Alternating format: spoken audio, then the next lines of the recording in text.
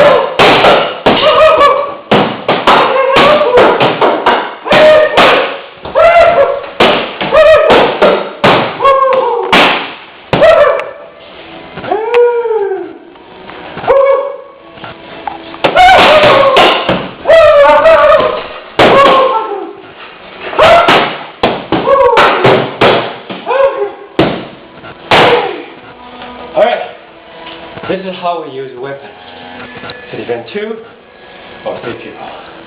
Finish.